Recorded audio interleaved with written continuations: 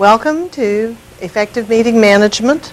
We're continuing today with our discussion very shortly on language and style. Last time you had a guest speaker, Dr. Robin Williamson, who spoke with you about principles of small groups. Is there anything we need to follow up on that? Any questions or comments about her presentation? Everybody was happy as best I have been informed via the grapevine and so on. Well, we're moving on into today. We're going to come back to those parliamentary questions that I left you with a week ago at the end of today's class. But we need to spend some time talking about language and style. We've had a section of material on public speaking you spent a week ago. And then last class you spent time talking about small groups and interaction in small groups. And we simply want to pause and recognize that language is a very powerful tool, that it influences our attitudes, it influences our behaviors, both positively and negatively.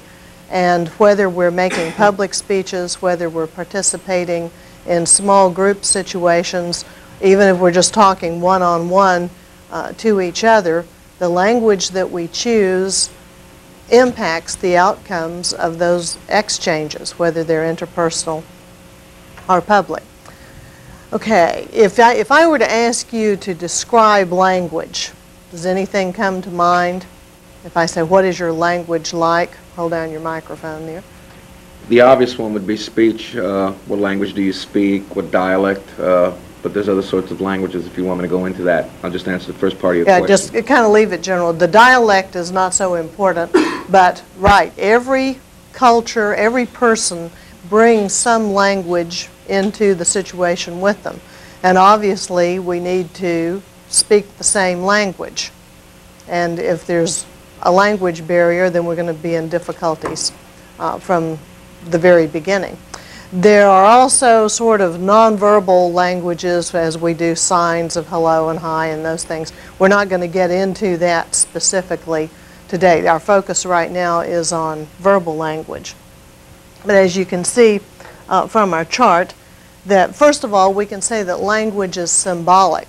That is, it represents something other than itself. And whatever language you are in, whether it's French, Russian, Greek, German, or English, Spanish, whatever, the symbols simply stand for something else.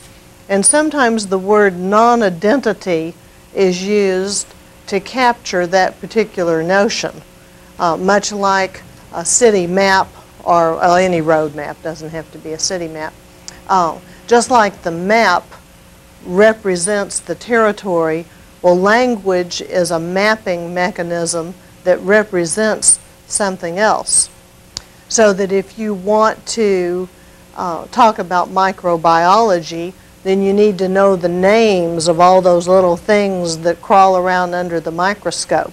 Otherwise, you can only communicate in the broadest, most generic sense. You know, if you want to talk about the intricacies of computer technology or rocketry or anything that has a very sophisticated language of its own. It may be legal, it may be medical, it may be engineering and technical. You have to have the language in order to be able to travel there. Now there's some places you can get to sort of. If, for example, you have a general notion of the geography of the United States. You know, Washington, D.C. is over on the Atlantic side and L.A. is on the Pacific side, and Chicago sort of up north in the middle, and you understand the interstate highway system, and you had enough time and enough money and enough gasoline, you could get to one of those cities. You know, the markers out there are clear enough. If you drove around long enough, you would find signs that pointed you there. And sometimes we use language like that. You're trying to find something, you're trying to describe something, you can't remember the word, and so you're doing a real abstract, indirect weaving approach to get you to whatever it is you're talking about, when the other person then says, oh, you mean onomatopoeia.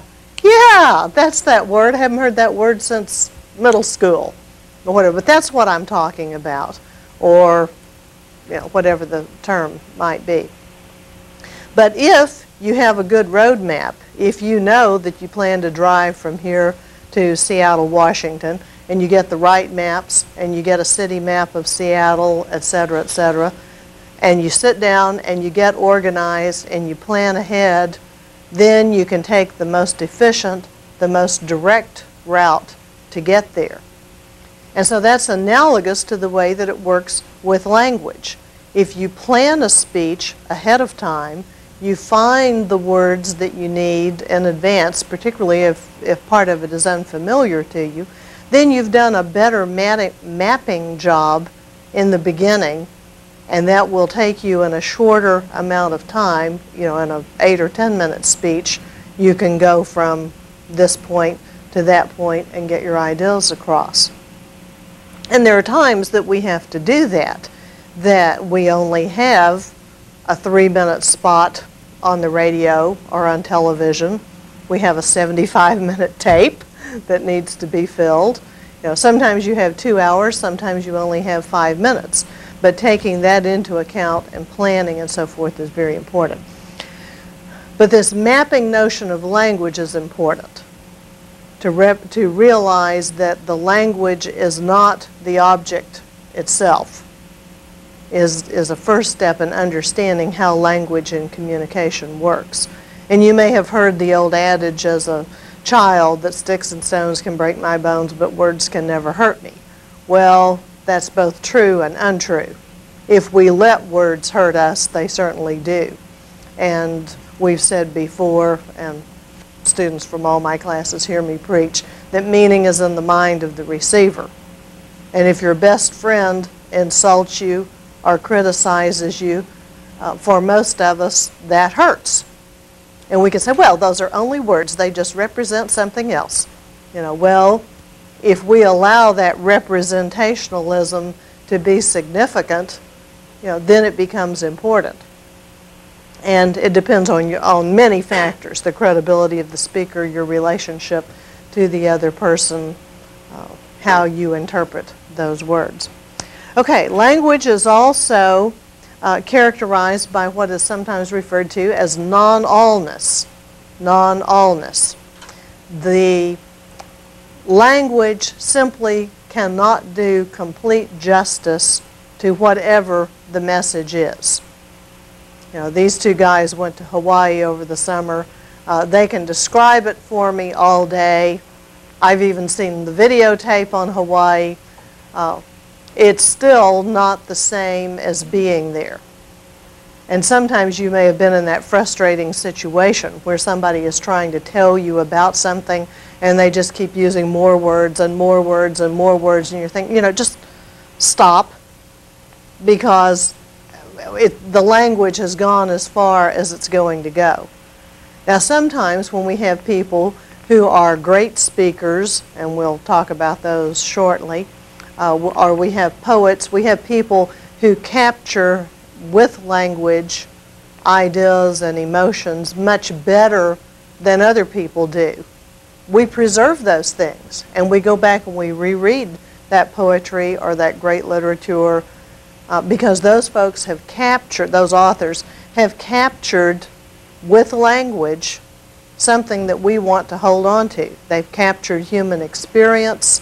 They've so phrased things that they evoke emotional responses. They go beyond what most of us are capable of doing, particularly in everyday language. But non-allness says that the language does not capture all that there is about a particular object or a particular event. The third factor, or fourth factor up here, is self-reflexiveness. And this is simply an inherent characteristic of language. It's something that humans can do. It enables us to report on the report of the report. The newspaper reports what the reporter reported that the witness reported about the accident. And it's just one of those cool things about language. but it's a self-reflexive, at least that's a useful label to put on there to capture that effect that is possible with language. The library is full of self-reflexive language events. You know, how many times since Plato and Aristotle and Socrates first spoke whatever words they actually spoke, have people, you know, somebody wrote it down. I don't know if they captured it in written form the first time with their little chisels or whatever, you know, their papyrus and ink pens. Have ink pens? Well, no. Quills, okay. Oh, I knew it wasn't a fountain pen. Okay, quills and papyrus. You know, whether they captured it that way or if it moved through the oral tradition with language first, you know, who knows what the first form was. But for generations now, we've been reporting on the reports of the reports, and people keep translating into other languages, you know, whether it's like the game of gossip and it's accurate or not, or how much omission and addition and distortion you get varies. But, you know, you have people going back to the earliest texts that they can find, and so there should be a high degree of reliability. But it's important to be aware that language lends itself to this self-reflexiveness. And so you can report on reports of the report of the report of the report. You know. But being aware that that's what happened, there are times, like in court and other parliamentary situations, where you need primary evidence. You need to get back to the original and not take hearsay. You need to be aware that something may have moved down the grapevine many steps before it's arrived at where it is. Well, we use language in a variety of ways. It helps us overcome barriers. Sometimes those are emotional barriers. Sometimes they're psychological barriers. Sometimes it's a time barrier. You know, can you think of an example of a time barrier?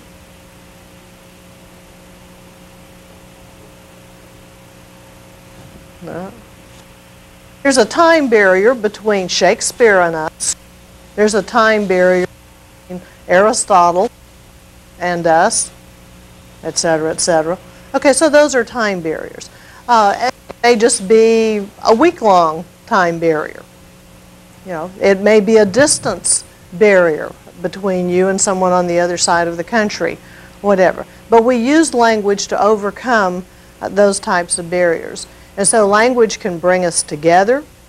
It can help us remember. It can move us to action. The convention I attended in St. Louis recently drew lots of metaphorical imagery from the archway. Everybody seen pictures of the arch? Anybody not? Okay. That's good. I had every once in a while run into someone who's never even seen a picture of the arch. Okay, but that great silver spanning arch there that reaches, I don't know, some 600 feet into the air, I think I recall. The tallest monument in this country, taller than the Washington Monument, etc., evokes a lot of imagery for meetings that are held in that area. And so references to the gateway to the west, visions of the future, these kinds of things are used as metaphors to unite groups that meet right there on the banks of the Mississippi under the shadow of the arch, etc. And that can be a unifying kind of metaphor to pull people together. There are a lot of universal symbols that, at least in English, and maybe this is cross-cultural, I'm not sure, that transcend time, and these probably transcend culture too. And when they do this, they're often referred to as archetypal metaphors. They're big, broad, all-encompassing sorts. When you think of light, what kind of imagery does that evoke? Okay, godlike, yeah, not the ceiling light, no.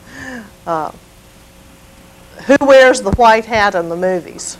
Supposedly the good guy. Okay, so yeah, nowadays they mix it up a little now and then. But normally, you know, and for a considerable period of time, the good guys wore the white hats, and who wore the black hats? The bad guys, okay. Well, that goes further greater than further, I think, than cowboy hats in Western movies. You know, through much of history, the metaphors that are light are the positive images of God and angels and health and goodness. What you think? The reason Satan is nicknamed the Prince of Darkness. Yeah, same thing. It all spins from that. So the dark then represents the negative. You know, so inner sanctum kinds of things and darkness and evil and all of that are interwoven in imagery. Okay, what about something like storms and the ocean or the sea? Rough times.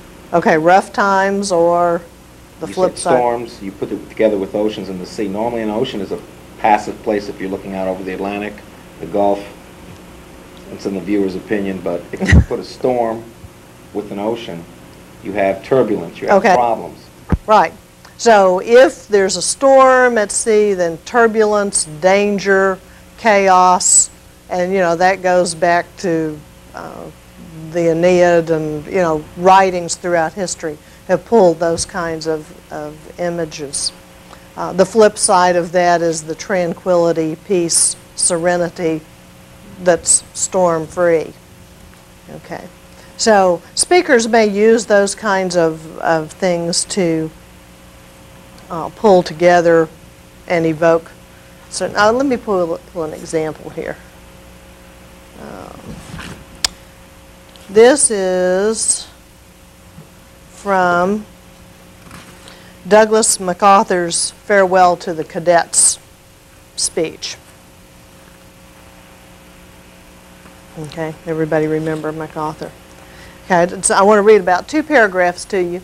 Listen for the type of imagery that you hear occurring in this.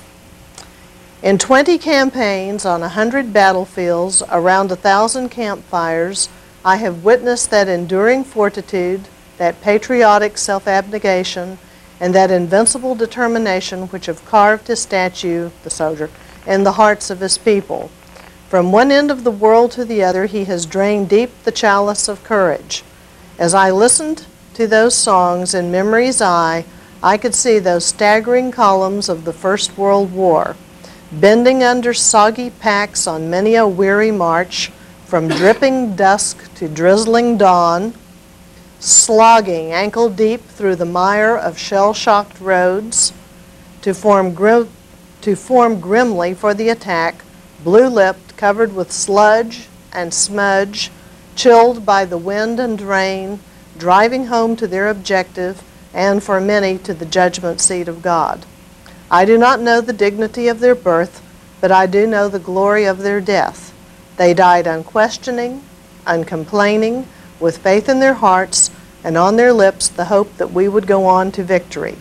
Always for them, duty, honor, country. Does that raise a little patriotic glow? What does a passage like that do for you? Anything? Okay.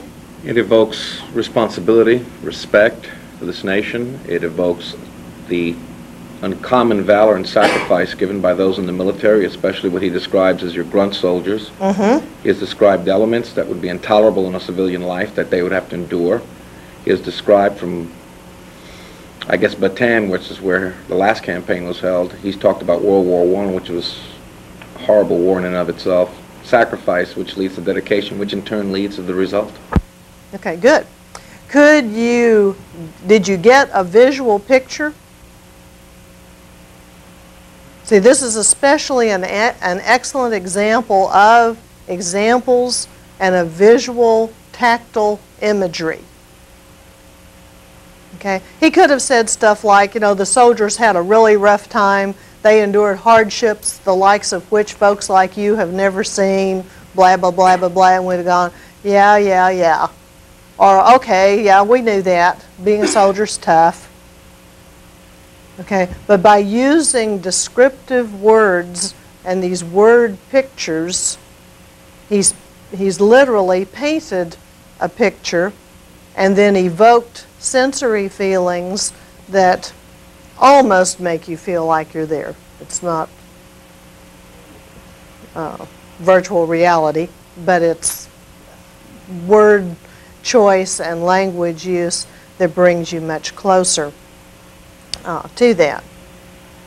Sometimes it's very difficult to visualize abstract subjects. Sometimes it's difficult to describe complex subjects. These are some of the things that may challenge speakers. Some subjects are so vast that they're almost beyond description. It just kind of depends on the task that you're charged with.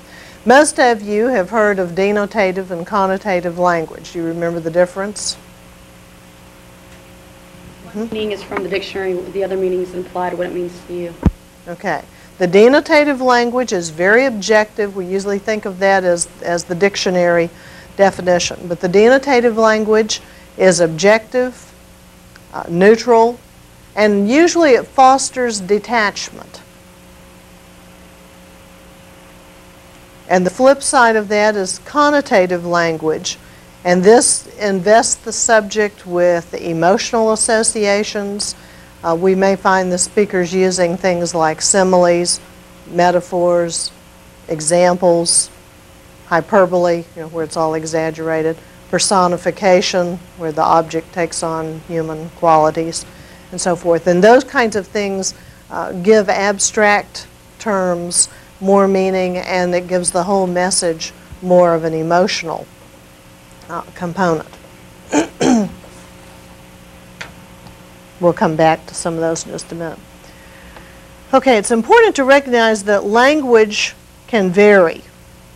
If you look at the treatment of language on a continuum, that at one end it may be very technical, and at the other end it may be very figurative. And I just put plain in the middle.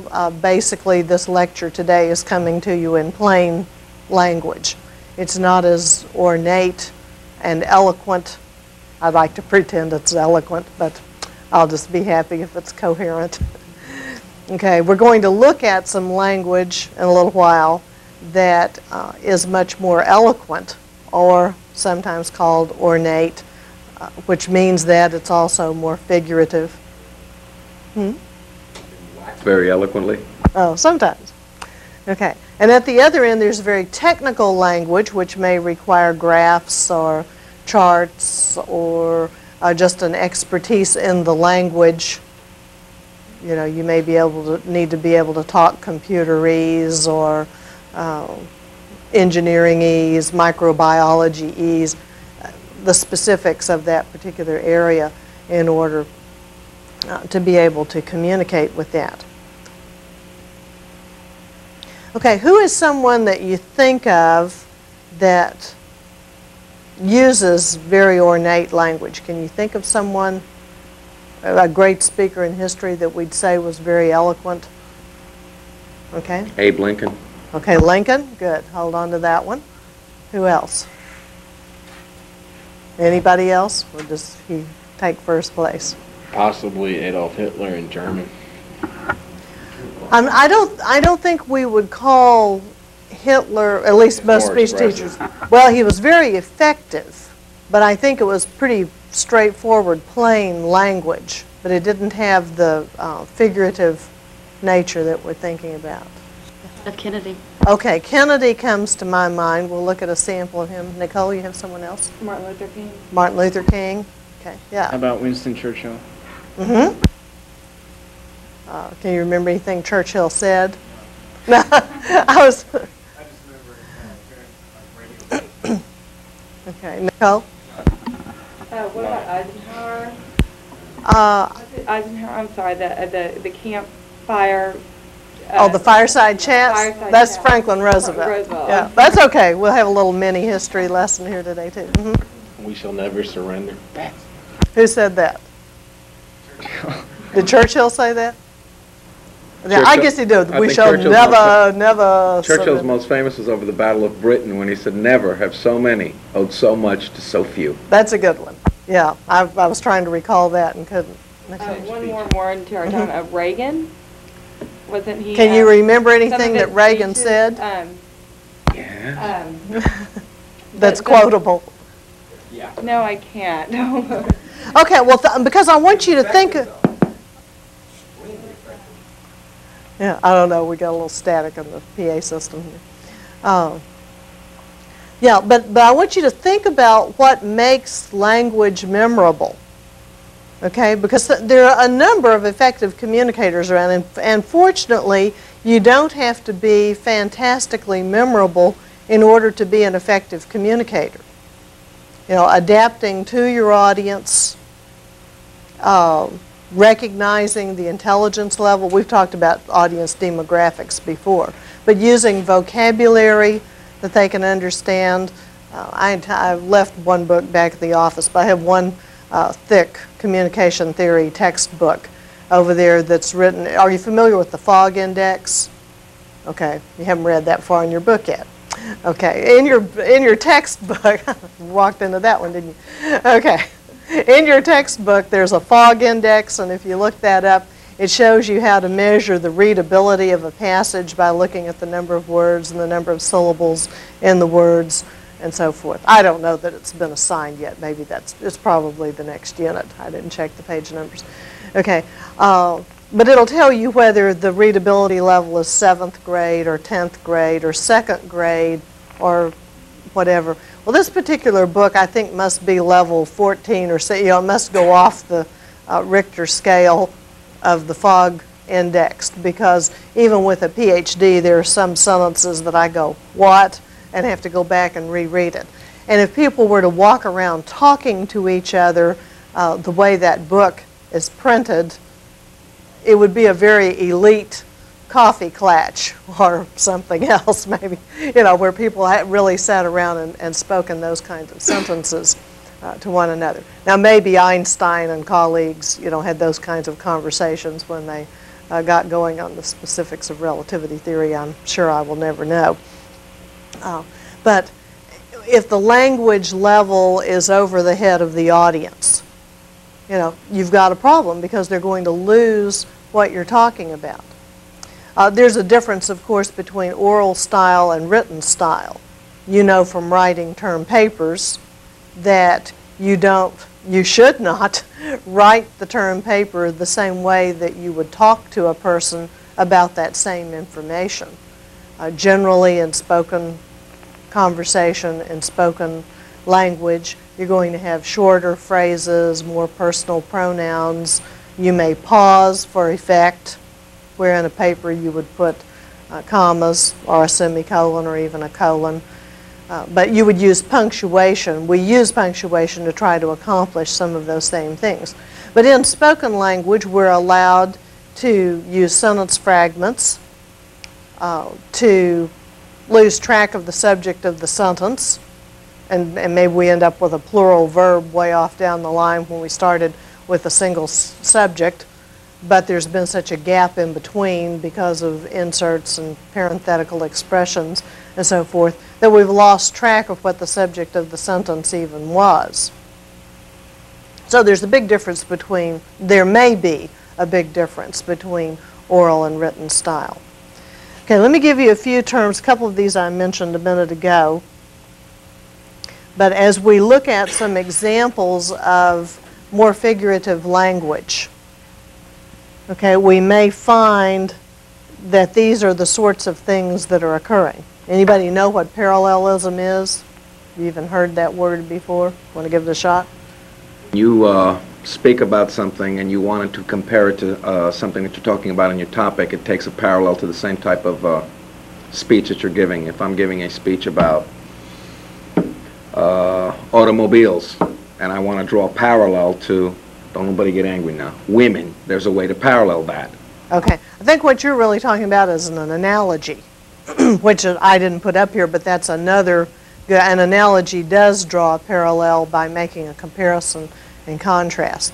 When in many style books, when we talk about parallelism in language, it's talking about parallel phrasing.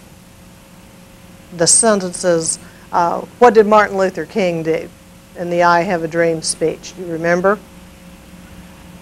There were several consecutive paragraphs that started out, I have a dream that one day da-da-da-da-da will happen. You know, and that little thought's developed.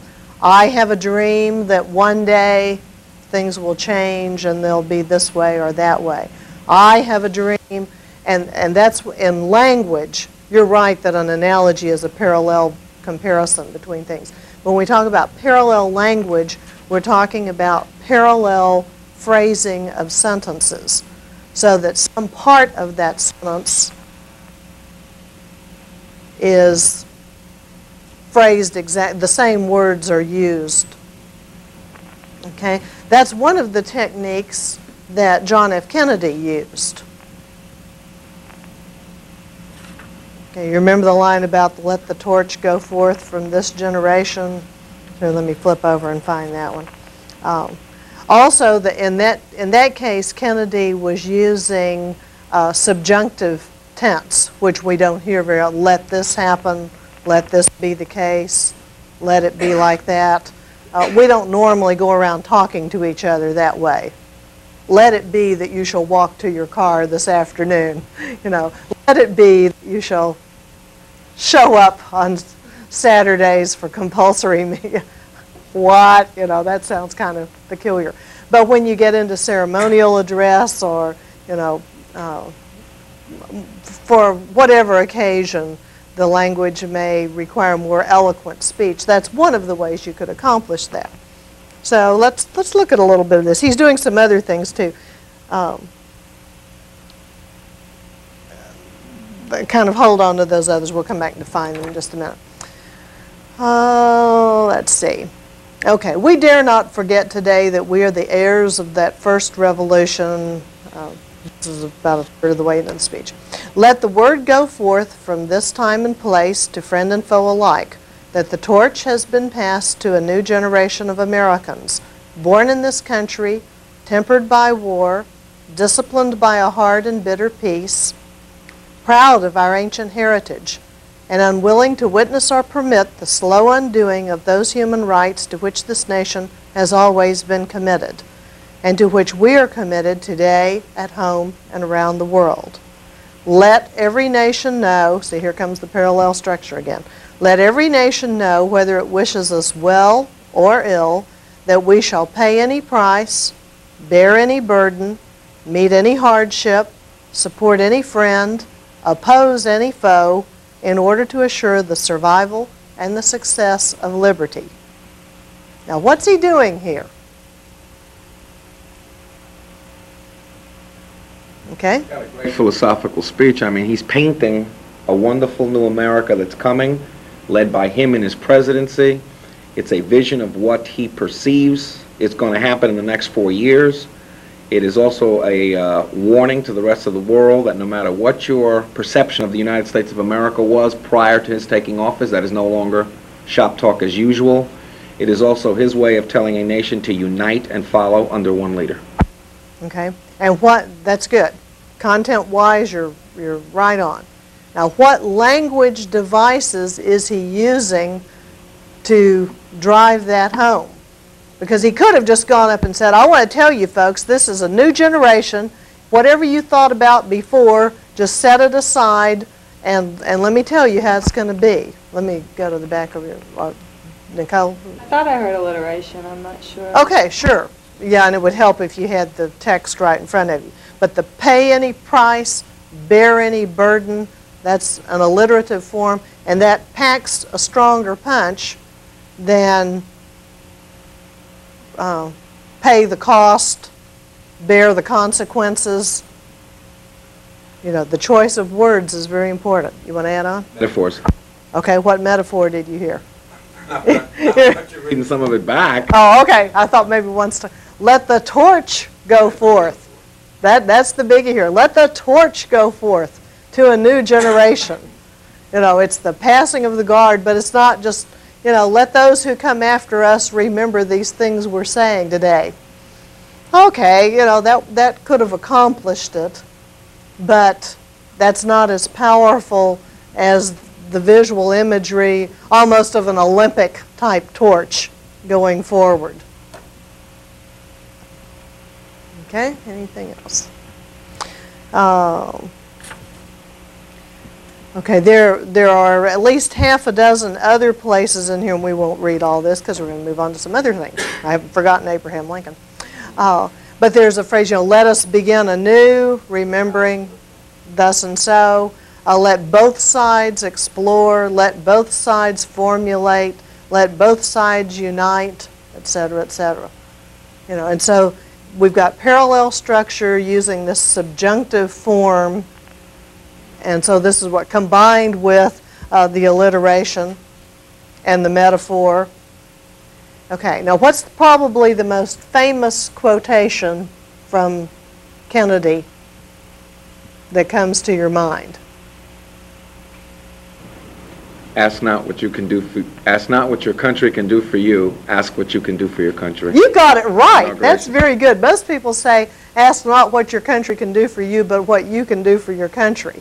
But you actually got the punctuation in the right place. Do you know which one of these forms is that? Okay, yeah, we call it antithesis. Yeah, antithesis, that's all right. Whatever helps you remember it. The antithesis format says, ask not this, but that, do not this, but that, not this, but that, juxtaposing the two against each other. And he does that twice, right at the conclusion, 2 in a row, near the end of the speech. When he says, and so my fellow Americans, and fellow Americans, that's that personal pronoun, an all-embracing, personalizing term that's supposed to bring the audience in closer. And so, my fellow Americans, ask not what your country can do for you, ask what you can do for your country. The next sentence, which is impressive too, I think, my fellow citizens of the world, ask not what America will do for you, but what together we can do for the freedom of man. Does that sound familiar? Huh? He had a great speechwriter, no question. Oh yeah, he had help writing, and that's okay. I mean, if you can afford a speechwriter and they can write quickly for you what you intend to say, go for it. I've had the secretary word paragraphs here and there when I'm in a hurry, and she knows how I think. Possibly because of his speeches and his power to give those speeches, I've never saw a country mourn so hard for a man they hardly knew. This is a man that never even completed his first office nor put any of his biggest projects into motion. Yet this nation was in some deep sorrow when he was assassinated. And I guess it's this that we remember.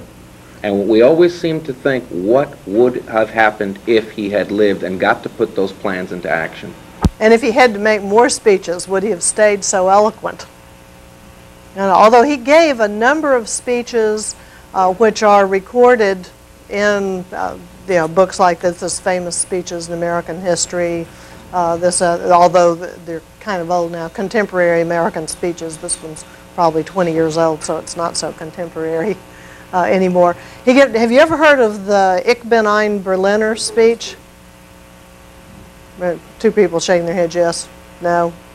Okay, this is one that was delivered at the Berlin Wall.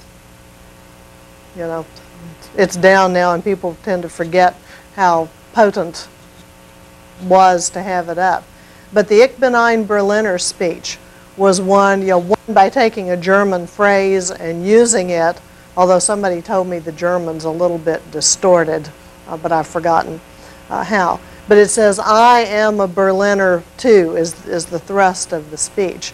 And then further than that, we are all Berliners, that anyone who is held captive by a wall, whether it's a physical wall or a mental wall, that we share in that together, and that kind of oppression should be removed and so forth. Another very popular, successful speech. Okay, antithesis, the juxtaposition of the ideas, alliteration, the play on the first letters, metaphors say one thing is another.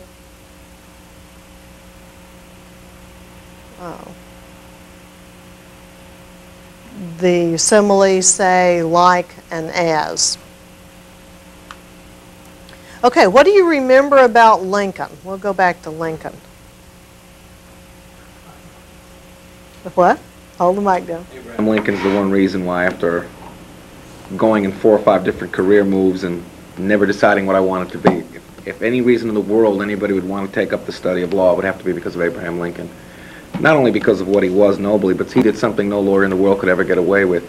He, in a morning session before the court in Illinois, argued for a plaintiff and won, went back and had lunch, and came back and represented a defendant with the same facts, argued before the court, and the court told him, he said, "Mr. Lincoln, weren't you here this morning arguing contrary?" and walked away with a victory. He said, "I did, Your Honor, but over lunch I had time to reconsider, and I do believe my position was wrong." And he turned around and he got a verdict for a defendant. So he defeated himself. He won both times in the same day. Yeah, It's amazing. that's interesting. Okay, what speech do you remember? For which speech do you remember him most? Gettysburg Address. Okay, everybody have to memorize that in grade school? Okay. Why do you think that was such a powerful speech? Hang on a minute, let's see if somebody else has a thought. Why do we remember that one out of the hundreds of speeches made? Okay? The structure of the language, I believe in 7 years ago, our forefathers, listened to all the alliteration. Okay, there's alliteration. Well, what else? The way they say things, instead of saying, the amount of years, they say it in 4 it's just rewording the facts. Okay, it's picking a poetic, more eloquent, more ornate language. You want to add on now? This is a speech that heals a nation that's been at war with itself over indignities, over human rights, over what was once considered property is about to become human.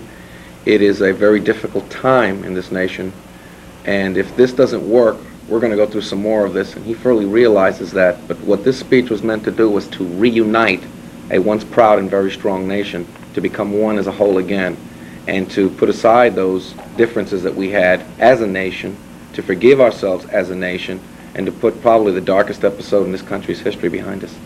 Okay, would you take on a task like that if you knew you were giving a 1-minute speech?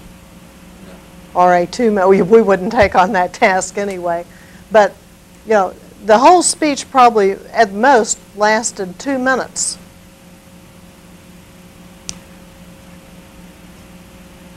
Oh, it's only half a page if you think about what you memorize. When you're a little kid, it seems really long, but it's 2 short paragraphs and a long paragraph.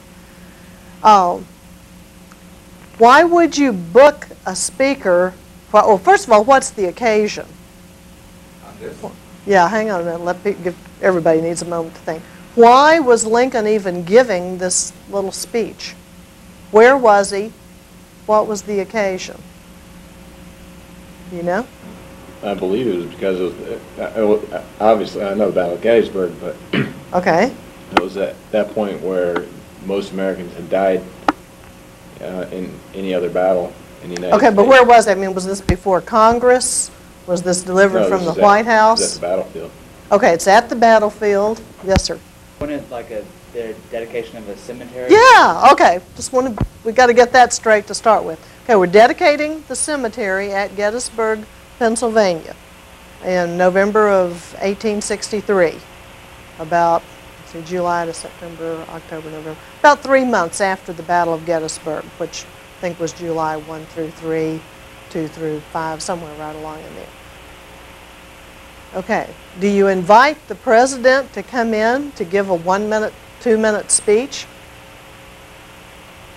Morale to stay high, you do. Remember, he was supposed to be leading the Union. You had Jefferson Davis leading the Confederacy. I mean, you have a problem here. Okay, but what I'm getting at here, does anybody know whether there was another speaker that day? He was shadowed out by Lincoln. That's right. Lincoln was there by happenstance, just as he was not the keynote speaker. He was invited because he was the President of the United States. Somebody else, one of the most popular speakers of the era, nope, not Douglas, was invited as the keynote speaker, And bless the hearts of that poor audience, this man spoke for 2 hours. The studio class just went into shock, if those of you at home are gaping over this too. Somebody spoke for 2 hours that day, probably spent 2 months or more putting his speech together, was incredibly eloquent for the times, and nobody remembers his name. Let me give you a brief bio, and this is Name That Speaker. This person, and according to Professor Kapp, from Baylor University, who wrote this, this person was from Boston, one of the most popular speakers of that era, and he was chosen to give the principal address. He had served in turn as a minister, which means he probably was capable of very emotional, fiery language. You know, this wasn't just your drone along in a drum person. A professor of Greek at Harvard, president of Harvard, a United States senator, and had served as Secretary of State. Jefferson. Madison. Webster? No. Somebody in the back saying they're dead already by 1863. Okay, this was Edward Everett. Edward Everett. E-V-E-R-E-T-T. You ever even heard of him? And Fred Well, Kelly won't be on our test either, right? No, this is not a test question. Okay, but what's the point of all this? If you can speak and you can communicate to the masses and you can manage those words that way, history will remember you. They'll forget whoever it was that was there for that occasion. I mean, honestly, who would ever think that this person, whoever named Everett, spoke for 2 hours? History doesn't even give him a page at Gettysburg, unless it's a biography page. He's nobody in history, whereas Lincoln... Well, I wouldn't say nobody, As far but as this he's in in a the era. very minor role at this point. Okay, the point of this is that brief and eloquent is far superior to talking on and on and on. Okay, because you can't remember all that, so we forget about 80% of what we listen to anyway.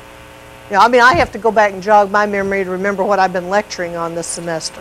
If you all are having to replay tapes to remember what happened in weeks 1 and 2, well, I have to go back and look at the lecture notes and double check where we were at any point. Because I forget that stuff too. Now, I probably recall it faster than some of you may. But there's too much information flowing through our minds to keep track of all of these things. Okay, was there a comment over here? Or did we pass? No, I didn't forget it. I thought that maybe it would have been remembered just because he was the president of the United States, and that I remembered, going through grade school, memorizing that, and just because it was something he said, we wouldn't have memorized it if it wasn't. Okay.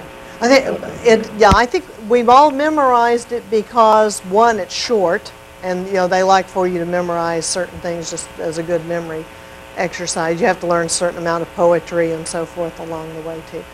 But I think this is selected because of the impact of the message, as we've just heard, the timeliness, the propriety, but the touching way that it reached the audience. But it was so touching because of the figurative language, of the stylistic devices that were used in order to accomplish that purpose. Okay? Because and Nicole kind of touched on this earlier, the same speech could have been delivered, let's see, as a score 20 years, was that right? He could have said something like, 87 years ago, the people who first landed on this continent wanted to preserve liberty, and they were concerned that all people have equal rights.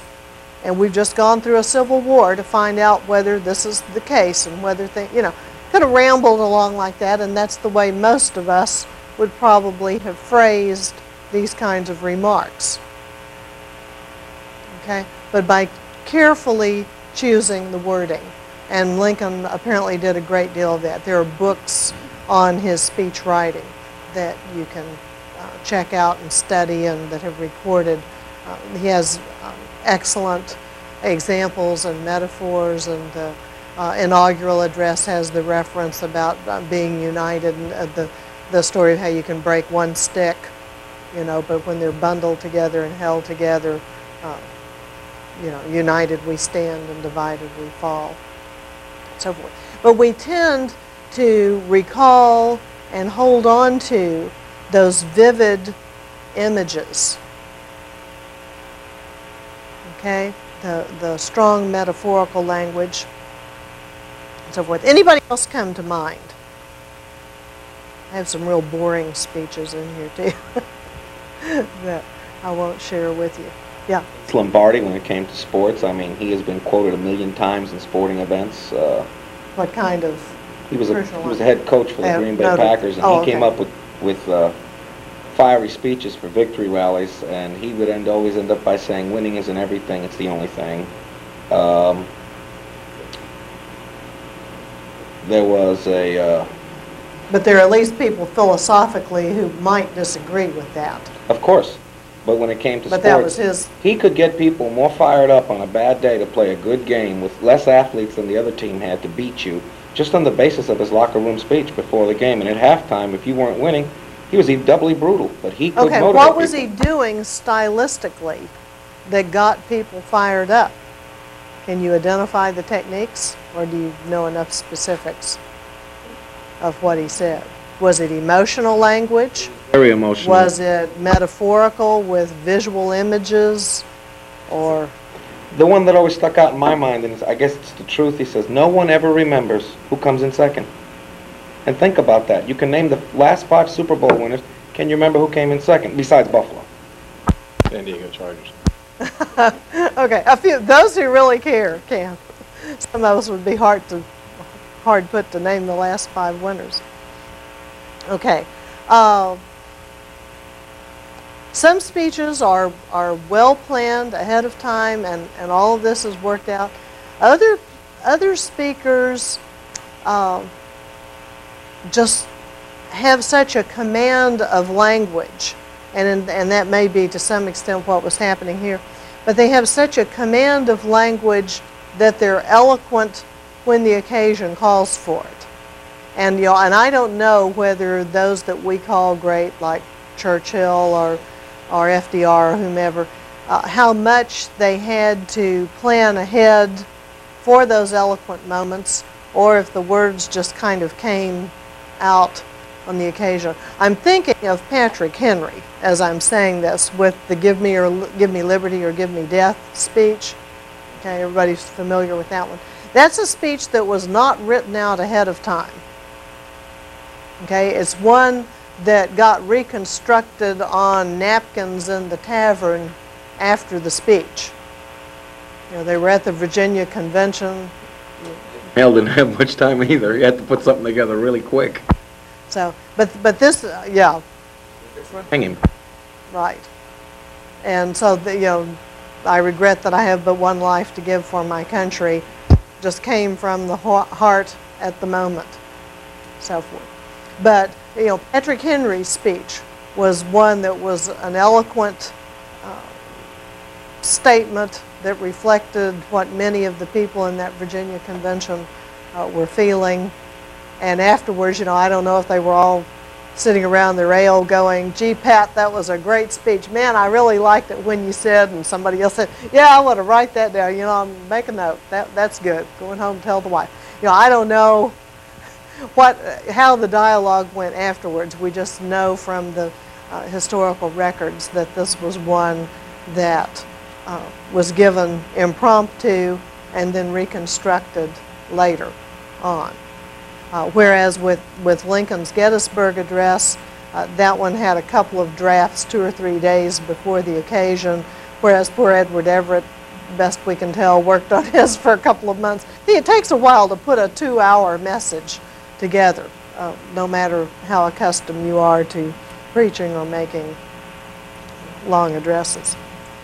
Okay, let me kind of summarize some things about language, and then I want us to move back to those parliamentary questions that we had. I want to be sure we get back to those. Okay, we use personal pronouns like we, our, us to create identification with the audience.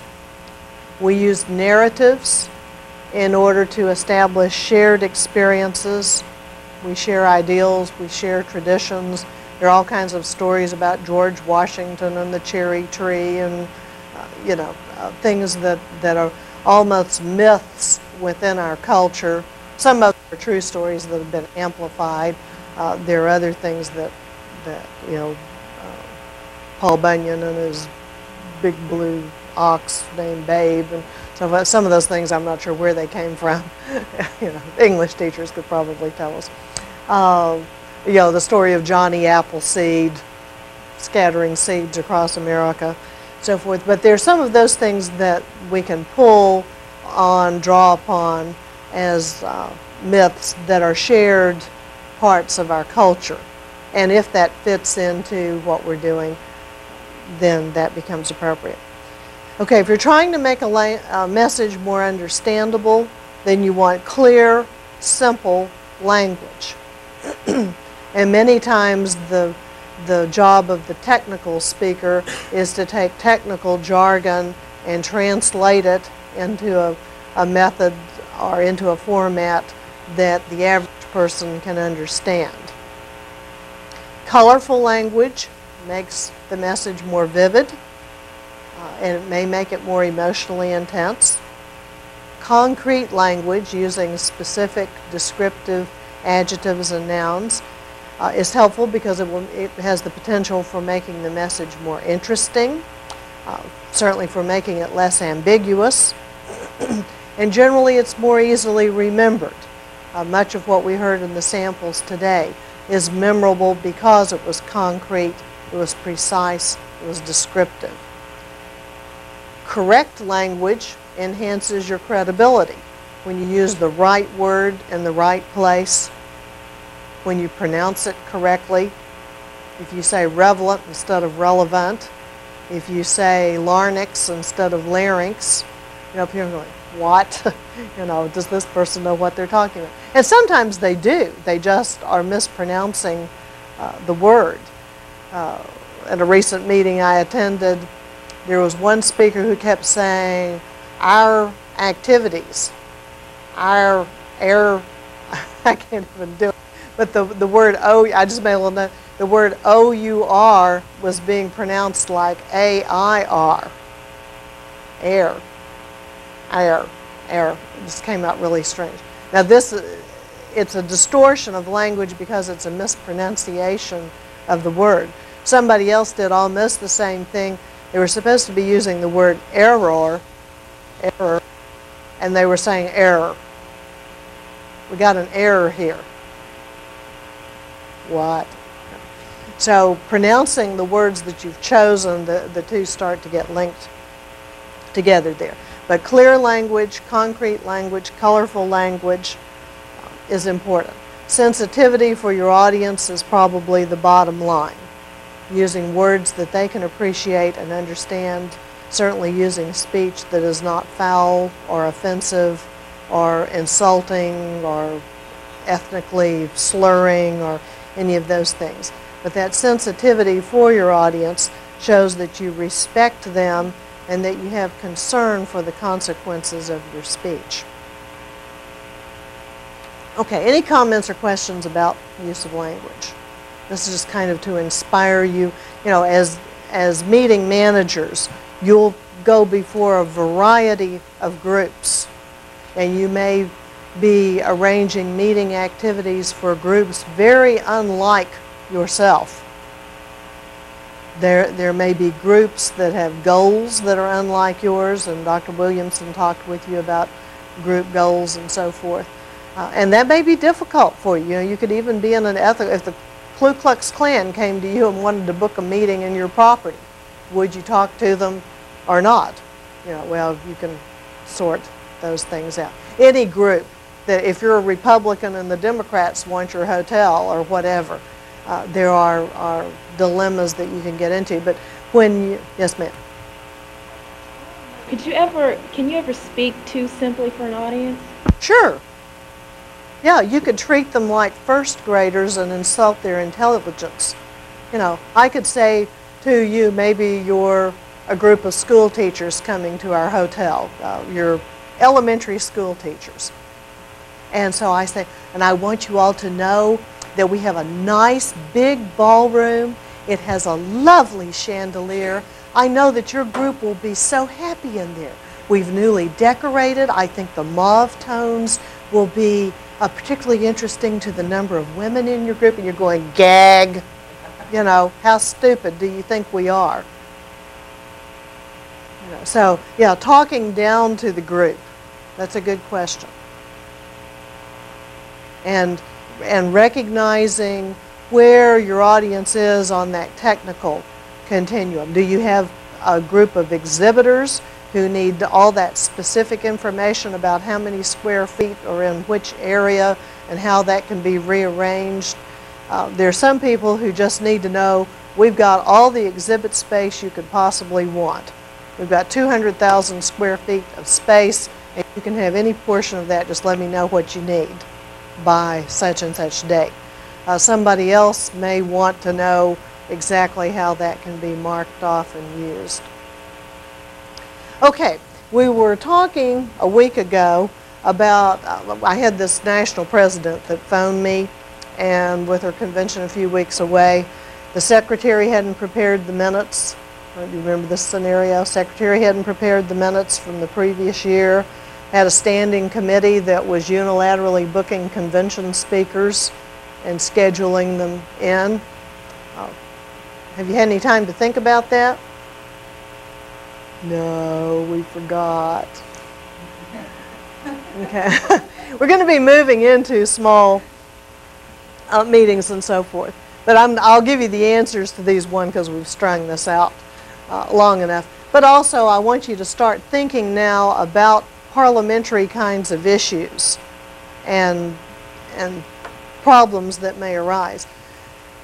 We'll be talking about bylaws and minutes and quorums and these kinds of things. The minutes are your legal record of what takes place at a meeting. And some groups literally tape record everything that's there and provide a complete transcript of that, deleting only really the extraneous stuff. Others simply record actions taken. And Robert's rules, I beg your pardon? Unless you're using audio Yeah. or video recording equipment. And if you're talking about a state institution, then you have to preserve it because then you're going to come under the Texas Open Records and Meetings Act anyway. Right. Roberts will say that you record only action taken, but Robert is designed primarily for voluntary organizations and associations. They may be incorporated, and we'll get to more of that later on. In this particular case, and there have been 2 or 3 groups, 3 I think of that I've worked with, that did not, the secretary failed to do the minutes, simply blew their job. They also didn't continue any longer as secretary and got replaced by the board, which is one way to keep it from happening again.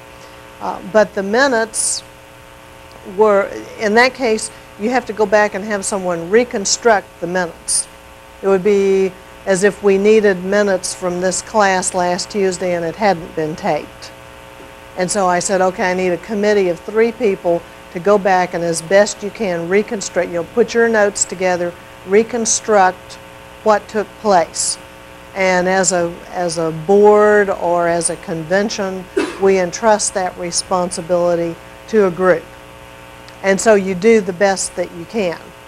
And if you have people who are conscientious members who tend to take notes, there are folks who can do that.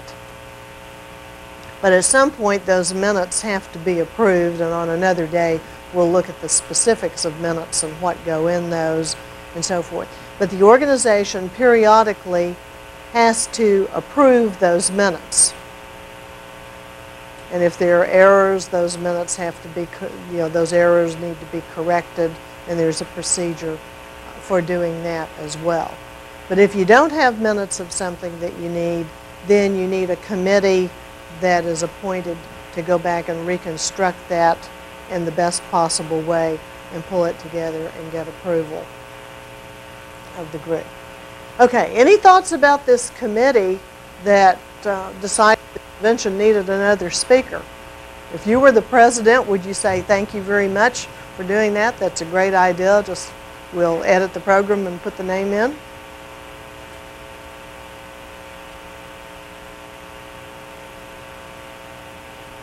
Ginger's shaking her head no.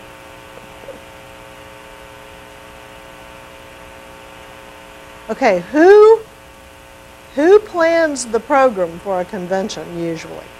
Who's in charge? Convention or a meeting in general, or are you specifically limiting us to the word convention? Oh, let's limit it to convention right now, just so we're all on the same turf. If it's a monthly meeting, you know, you have a program chairman or a vice president that sets it. Manager of the organization. For a convention? National office, normally something a little bit higher up than that. Okay. Yeah, sometimes people wear more than one hat. You know, the president-elect may also be the meeting manager. But even if the president-elect and the meeting manager are the same person, and for the moment, let's assume that they are. If you have a professional meeting manager, they may be charged with getting a keynote speaker, but probably not. They usually deal with the logistics of space and which exhibitors get which booth and those kinds of things. And the fact that this is a national president calling me in this case, asking the question, means we had a president-elect setting up the convention. Okay, can a president-elect do anything they want to? If I'm the president-elect and it's my year to plan the convention, do I just plan it? I take my budget and I plan it and print up the program and say, here it is, folks? You're shaking your head no. What are you thinking? If they're having a meeting and they're going to discuss, let's say there's several items on their agenda for that particular meeting and it's going to cover the convention, they're going to go each point by point and discuss each point. Like one, let's say the budget on entertainment, the budget on keynote speakers. Another point could be where they want to hold it. Each point, each section that they want to discuss on that agenda, there must be a vote that's going to be taken, and by that there's got to, after that, in other words, each vote that's going to be presented has to have a vote, and after that vote, then they're going to go on to each following question and each point on the agenda. Okay, who does they refer to? Is the body, the group, whether it's going to be the whole organization that's in charge of this convention, the convention committee that's going to take this responsibility, or that one single person's going to present his proposal to a group of people. Okay. Normally, the whole convention does not plan a convention. It's an unwieldy process. The whole convention sometimes votes on the convention site, but there's less of that than there used to be. Used to kind of be a popularity contest of where would you like to hold the Texas Speech Convention 2 years from now. But now there's more likely to be a committee that's in charge of that. Yeah. In a political convention, normally the party chair, or the person who's been designated or elected by the delegates as the party chair, will make the initial selection. He then has to hand it down to a committee. And that goes to sealed bids and votes, and that's why cities get so excited, because they know the revenue that this thing is capable of generating. But until I think they get a 2/3, and that's the last time we did one at downtown campus, when we had to do that until 2/3, and we did it by sealed vote, nobody knew who was going to get our business for our main event, which we used to hold it once a year, and it was worth a lot of buku dollars to a Houston hotel, and a ballroom and a band and a comedian. And so it was a lot of money involved there, but it normally was by the committee members. But the person designated by the president or by the executive committee was the person who first proposed where to go and then tried to sway all the other members of the committee to come along with them. Because without the committee, you can go anywhere. And it's going to vary by organization. Some will do sealed bids and go with the best bid. In many organizations of probably up to 500, maybe even 1,000. It's hard to pick a number. But groups in the 300, 500 range very often either have a local arrangements committee that makes recommendations, or a president-elect type person, whatever label you put on that individual. And that person then, or the chair of local arrangements committee, will make recommendations to the executive board or the executive committee. Yeah. Not naming hotels or establishments. We had that problem one year where they would not provide us with places for the members to stay overnight. This little party shindig that we threw every year in honor of the university ended at 2 in the morning. Half of our executive committee was in jail by 3:30. So when we took that position of planning it, if the hotel could not provide us with a reasonable rate for rooms for people who had maybe too much to drink or were too tired to drive, that was an immediate consideration. They were completely out of the picture. I don't care how cheap they Okay, provided but you're everything getting else. into the criteria for choosing the site. Right now, we've only got a couple of minutes left. I want you to hold on who is in charge of making the decisions. Okay? Because you've got a committee here adjusting the convention program. And the question we've raised is that okay or not? Now, what we were also saying is that in some instances you have the committees doing site selection, convention programming, and that's subject to the approval of the executive board. Okay, normally it's, well, maybe it's normally, frequently, okay, normal may be an overgeneralization. Frequently, it is the vice president or the president-elect, the person in the number 2 slot as far as the officer structure is concerned. And when we look at bylaws soon, we will look at how the bylaws specify the order of the officers and whether you have a president-elect or a first vice president, what you call that person, and how those job duties fall out. But if normally it's the president-elect or the equivalent thereof who has the responsibility for the program planning for the convention. But that person generally cannot unilaterally just go off and do their own thing. Even though it's their responsibility to propose a theme, to propose a schedule, to propose the program, to identify and recommend keynote speakers, etc., those are not usually singularly handled by that person. Now, to the extent that you have your pulse, your finger or thumb or whatever, on the pulse of the organization, some program planners do such an excellent job that they go into the board meeting with copies of their proposal and pass that around, and the board looks it over and says, this is fantastic, I love the theme, I've heard of this speaker, I believe they're great, this is terrific, and they move to adopt the whole thing there on the spot.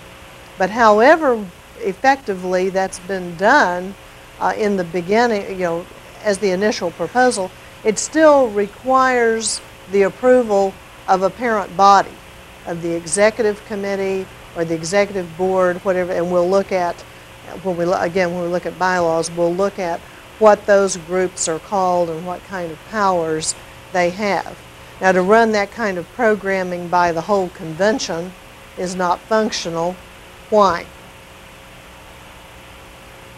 Okay? Members, I mean, you're talking too many Okay. voices. One, you got too many people, but what's the other thing that's wrong? Out in distances, you're going to really have one. Okay, if they're spread out, you got a communication problem, even if you've all got email. If you only meet once a year in convention, how is the whole convention going to approve the program for the next convention? You'd have to have your, okay, I got your brains working out there. You would have to have your convention planned 2 years out. And that's part of the reason that you have executive boards and they act between meetings and so forth. But we're running out of time. The bottom line here is this committee was way out of line. Okay, they did not have the approval of the executive board. They just went out on their own and booked a speaker and scheduled them in. And that was out of order, and the officers of the convention were completely right to refuse to pay expenses, to refuse to put that person's name in the official program and so forth. Okay, more parliamentary stuff next time.